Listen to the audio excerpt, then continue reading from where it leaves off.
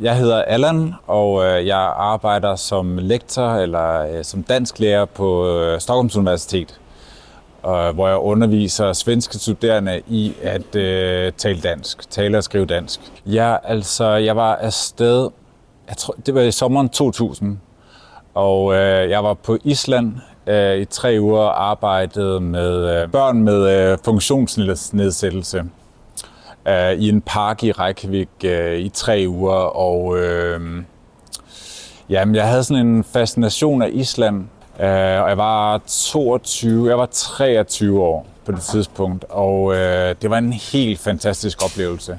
Altså i mit job, der skulle jeg ligesom hjælpe de her børn med at lave sådan noget gartnerarbejde i den her park, og de kunne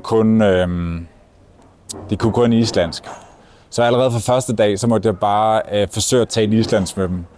Og det var en kæmpe udfordring, men jeg elskede det. Og jeg fik nogle rigtig gode venner.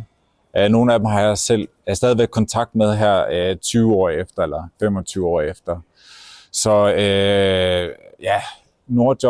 min Nordjob-oplevelse, det har haft en ret stor betydning for mig. Ja, sådan rent karrieremæssigt, så er det lidt et tilfælde, at jeg havnede, hvor jeg gjorde med at undervise i dansk og få den her lidt sådan de her nordiske tråde. Men hvis jeg skulle have et andet arbejde, så ville jeg i hvert fald gerne arbejde med det nordiske fællesskab og prøve at styrke det. Altså jeg taler ikke islandsk så meget. Det er sjældent, at jeg får lejlighed til det. Lige nu er jeg faktisk i gang med at læse Ronja Røverdatter på islandsk, så jeg holder det islandske sådan lidt i kog, vil jeg sige.